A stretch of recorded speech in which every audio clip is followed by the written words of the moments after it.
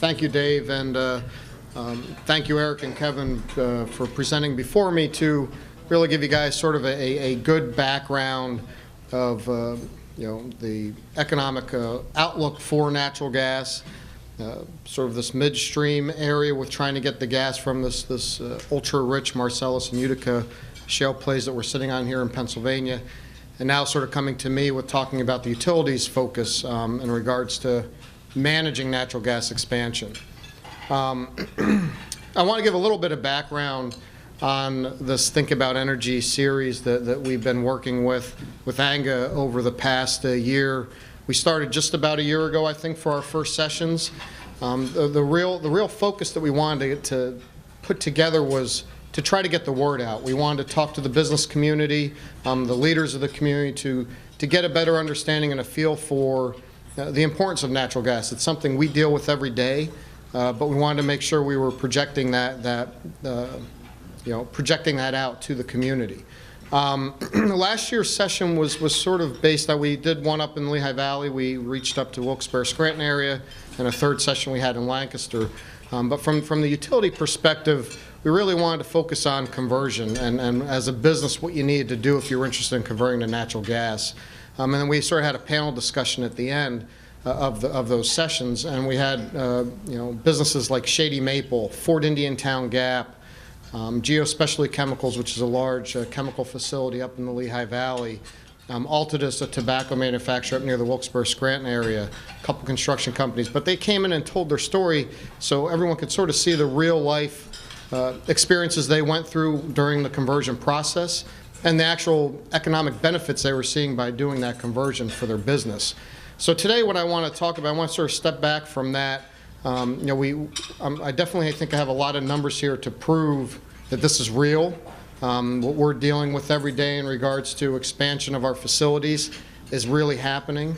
Sort of moving on to what I'm going to be talking about, infrastructure is a core part of our business. So as the chairman said initially, the safe, reliable operation of that distribution system is key and integral as a utility to making sure that occurs. So I want to talk a little bit about our replacement and betterment programs that we have in place. It also ties into, that's really our foundation then to grow. We want to make sure we have a healthy foundation to be able to support growth and meet the demands and requirements that are sitting out in the Commonwealth today. To sort of go a little bit further than what Kevin talked about in regards to UGI, who UGI is, I think it's important to just give you a little bit of background in regards to who UGI Utilities is. We're a natural gas and electric utility operating in the Commonwealth of Pennsylvania.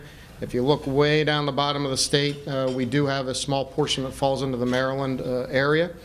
The orange area is our electric division that sits in the Luzerne and Wyoming County area.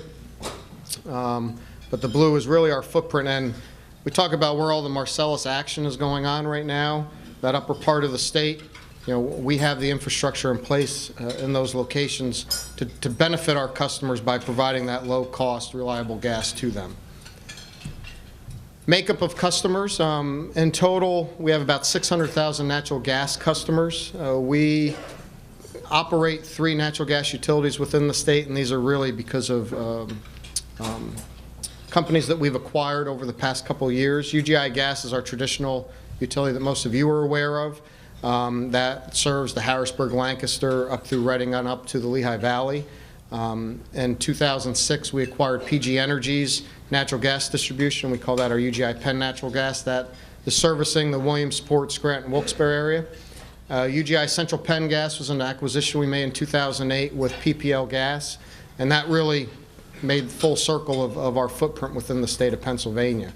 And then we also have, like I said, our small electric division. As a utility, we're always looking to grow, and these acquisitions made sense. I think based on some of the numbers you're going to see when I show in a couple slides from now, we're in essence adding our own additional utility by the growth that we're seeing just internally within our systems, which is outstanding. I think most businesses would probably like to be able to see what we're or the potential that's sitting out there that we can just acquire without having to do those acquisitions. From a makeup of customers, about 89% of our customers are residential. And I really want to focus in on that last bullet, which goes into our betterment discussions. But we have about 13,000 miles of natural gas main infrastructure in the Commonwealth that we need to maintain, we need to operate, we need to make sure it's working in proper conditions. That's a big number of pipes, or big number of footage that we're responsible for, and we take it seriously. We are one of the top utilities in the state in regards to the number of percentage of contemporary pipe. And when I talk about contemporary pipe, it's really high-density polyethylene plastic pipe or protected steel, and we have ways to enable longer life of steel facilities by preventing corrosion on those facilities. That makes up about 86% of our system. The target that we're looking at is really that 14% piece of that pie, and that's the cast iron, bare steel, and wrought iron facilities that we are focused on in regards to replacing those facilities. And I think Mike did a really good job of showing a lot of work that we have going on right here near the Capitol. I know when I drove down today, I was driving past some crews doing on some work right in front of the Capitol. So we are out there. I think you're seeing that. And it's all part of this aggressive capital replacement plan that we have in place. We've committed by the end of 2026 to replace all cast iron pipe. And by the end of 2041, we'll have all bare steel and wrought iron eliminated by that point in time. So we talk about the importance of infrastructure, the reliability of that infrastructure.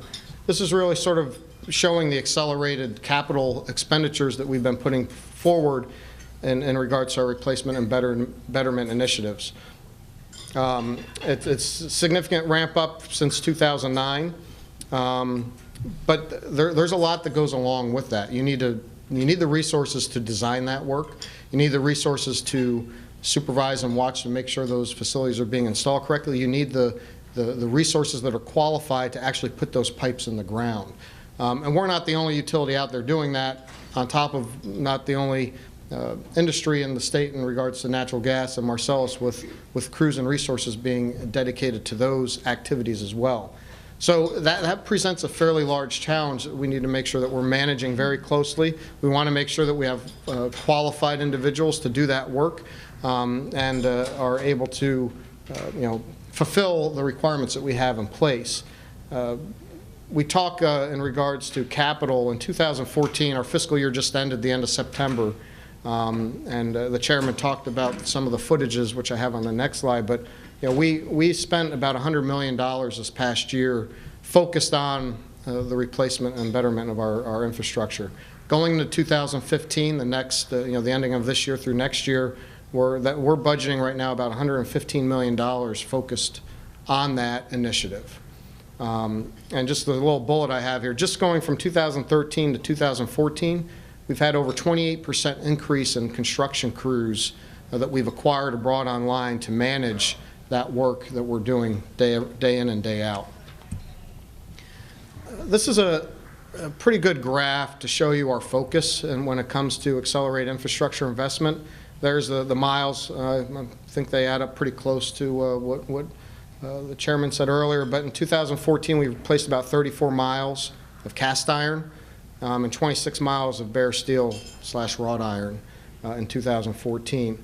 What this chart is showing, all the way back on the left, if you start at the left end, that's 2005. And you go all the way up to the top, we're around 570 miles of cast iron. This is just cast iron pipe.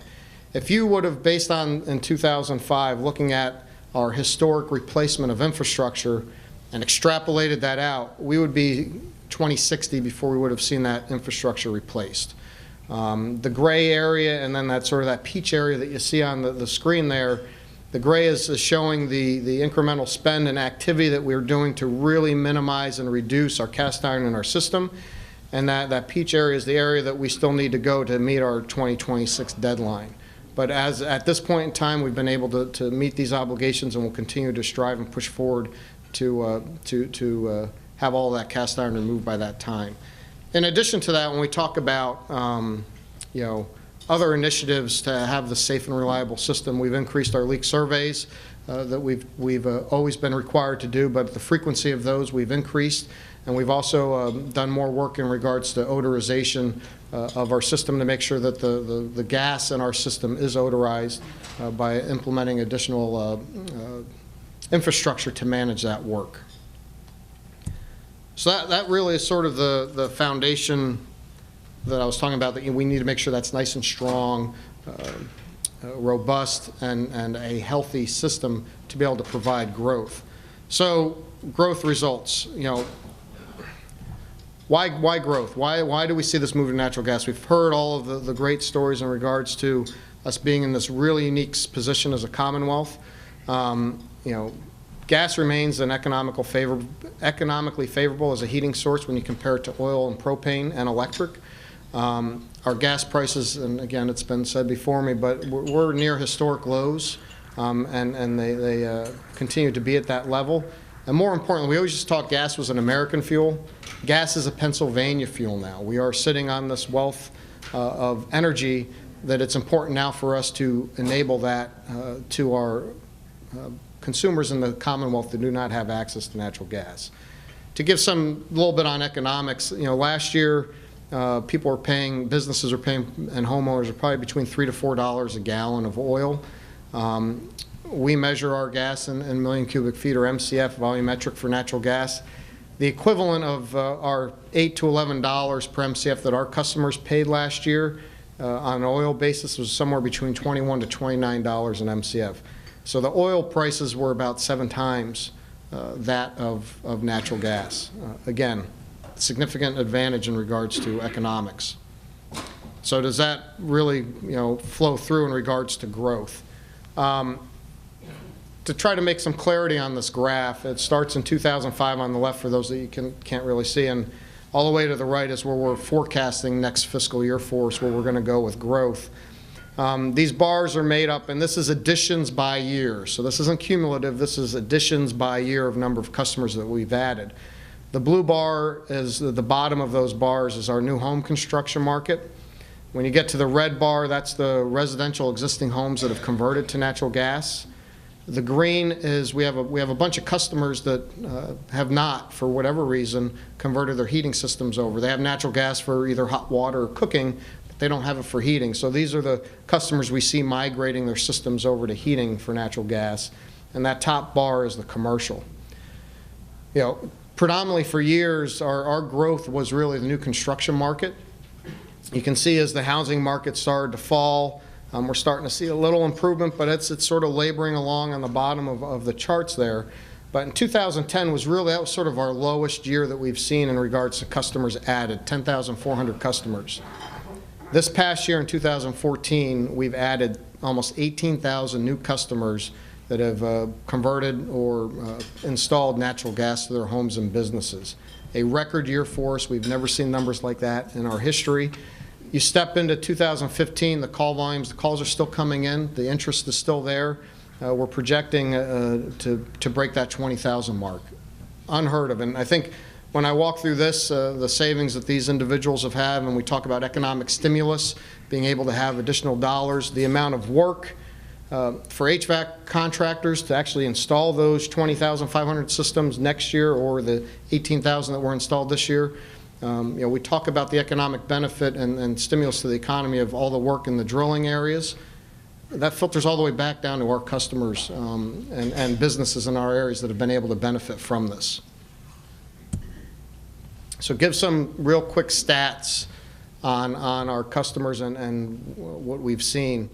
So since 2008, we've converted, and this is just strictly existing homes that have converted their heating systems, 45,000 homes have converted their heating systems and our distribution system to natural gas. We've had about 45 large commercial industrial customers convert. Traditionally, we've been spending about $40 million a year to extend service to these customers. Okay, and this is on top of our betterment and infrastructure replacement dollars. This is just totally, focused on new growth.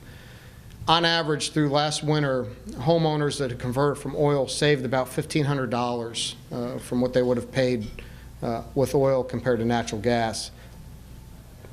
simple math, we're taking the 45,000 homes times that $1,500. These homeowners that chose to do this save $70 million by doing that conversion in total as a group over 1 year's period of time. So again, additional dollars to spur economic growth, stimulus, significant dollars. When I talk on the next, I think 2 slides from here, when I talk about actually what the Marcellus impact has done to our existing customers in regards to their gas costs from the same time period is astounding. And to sort of walk into the future, we're looking at approximately in 2015 to hit that 20+ thousand customers, we'll be spending over $61 million. Unheard of. So again, resources. We need the crews to do all our infrastructure work. You also need the crews to install these new facilities. We need the manpower internally to do this work as well. So from it's a great problem to have, but it brings a lot of challenges. Talking a little bit more on the combined heat and power and new technologies and just our commercial and industrial market. Over the past 5 years, we've had 15 government facilities convert to natural gas. We have a good number of state prisons that we're working on right now in regards to extending natural gas to them and other government facilities. So these 15 have been completed, but we have a handful additional ones that are in the works as we speak. 20 schools, school districts that have converted over to natural gas. We've had 9 customers install combined heat and power systems over that period of time. Natural gas vehicles and fleets. We've had 9 businesses over the past 2+ years install their own fueling stations. A lot of these have been fleet driven for them. As I have up here, 3 actually have installed a public-facing fueling station. These aren't large numbers, but when you step back to see where we've been as in the Commonwealth in regards to natural gas and vehicles, I mean, there's been some movement with that, but we're really starting to see that pick up. Those 9 businesses have either converted or bought new natural gas vehicles of about 115, and they're proposing in the next year plus to be adding an additional 110 onto their fleets. And this ranges from transit buses, garbage trucks, vans, and box trucks. Going into 2015, what do we see coming up ahead? We have about 35, and the economics, as I talked earlier in our sessions that we had, our first round sessions that we had last year, to have the panels come up. The economics, the viability of a project to run 1 mile, 2 miles, 3 miles, 6 miles to get to an industrial customer that was off of our pipeline. Prior, you did not see that.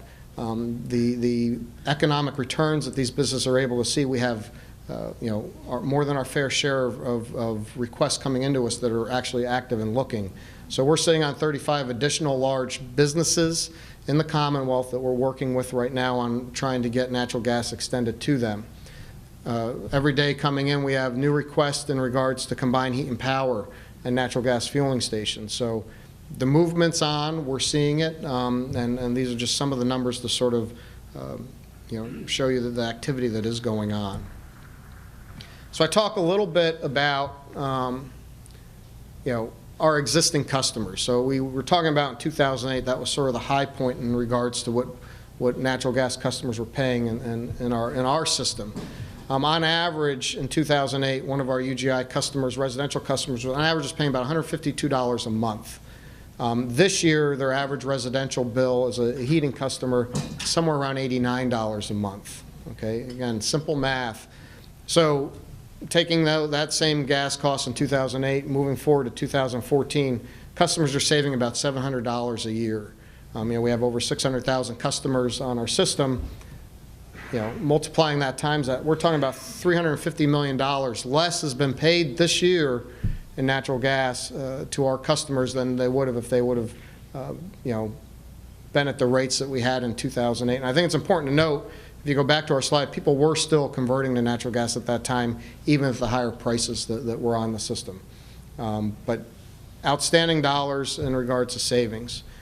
I'm not sure if everyone has seen, and again, this is just sort of going along with our working relationship on trying to make sure the gas in Pennsylvania is staying here with our customers.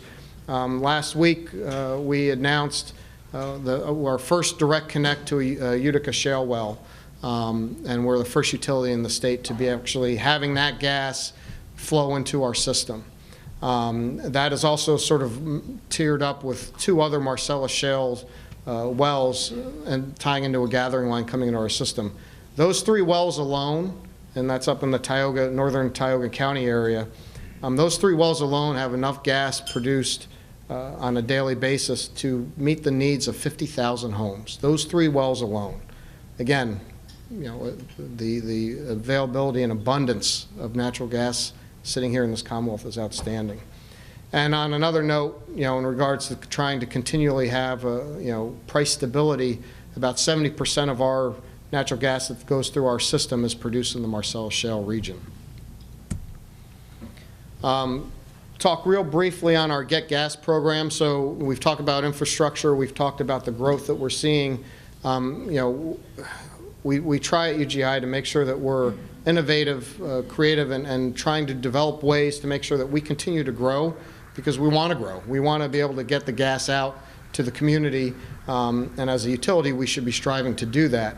The Get Gas program, we had seen internally, there's a lot of demand out there on our existing pipes, but how about for the individuals that are a block down the street where the gas main end in their town, or the towns that we go by that we're not even in serving them? So the Get Gas, and GET stands for our Growth Extension Tariff. This is a way for us to step outside of our existing tariff guidelines that we have for extending gas service, which works really well when the line is in front of your house or business.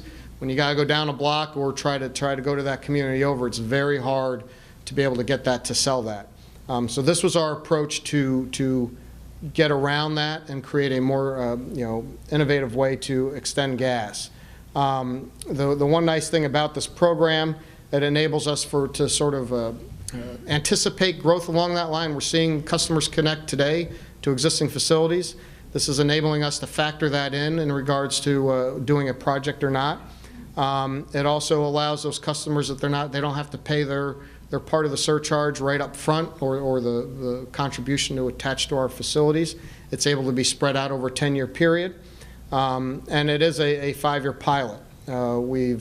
As been said a couple times today, we've been approved early this year, $75 million to approach this pilot over the next 5 years. And I think, to give a little bit of perspective of the impact of this program, so we filed the petition in 2013. It was approved, or 2012. It was approved in 2014, the beginning of this year. The only outward press that we've done was a press release to say, hey, we filed this program, and then once we got approval to say, it's coming. That is, from a marketing standpoint, we had a lot of internal systems that needed to be worked on over this past year to make sure we could build the program, manage the program, track the leads coming in. So there's really, from a marketing standpoint, we've sort of been a little refrained because of wanting to make sure we had everything in check and order. But based on those press releases, we've had about 2,500 leads come in. Now, you may say a lead, okay, that's one. Each of these leads gives us access to about 30 to 40 homes. Okay, so you can extrapolate that out. When you look at sort of pre-qualifying or following through all the rules that we have for this Get Gas program, we're at about a 60% hit rate in regards to leads coming in right now.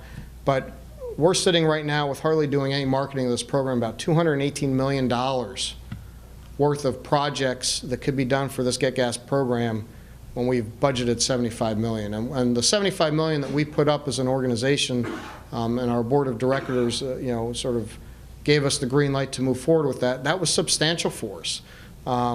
And it's still showing there's significant demand outside of that. So it'll be interesting, as we've had 2 projects completed at this point in time.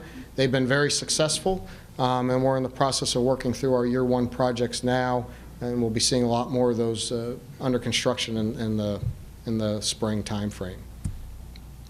Real quickly, and then we can wrap up and answer questions. In regards to online tools that we have available, we have a Get Gas website, and actually last week we just updated that to include actual projects that have been approved or underway. You can actually see a map of where we're going in regards to outreach with the Get Gas program. On this website, we have a personalized energy calculator that you can actually see, even with the Get Gas surcharge included in there, which is another nice part of that program. You still are having savings, even with paying the surcharge, that either help offset your investment in regards to the new equipment you had to put in, or if it was sort of a sunk cost, you had to do that anyway, just additional dollars in your pocket. But you can go through, there's a couple, and I won't belabor this, but it really does a whole home energy audit and shows you in regards to heating, hot water heating, electric, et cetera, within your home on the savings that you could have realized by converting to natural gas. We also have a commercial calculator out there that can sort of do the same thing if you're interested in converting or seeing the benefits of natural gas if you move forward with that. And we have a business energy advisor on our website. It's sort of depending on your industry that you're in, you can go on and get some tips on energy efficiency or facts. And then the blog we have, and the blog really ties into some of the customers that we had sit with us in the fall and spring of this past year to talk about their stories of converting natural gas. You can find that on our website as well.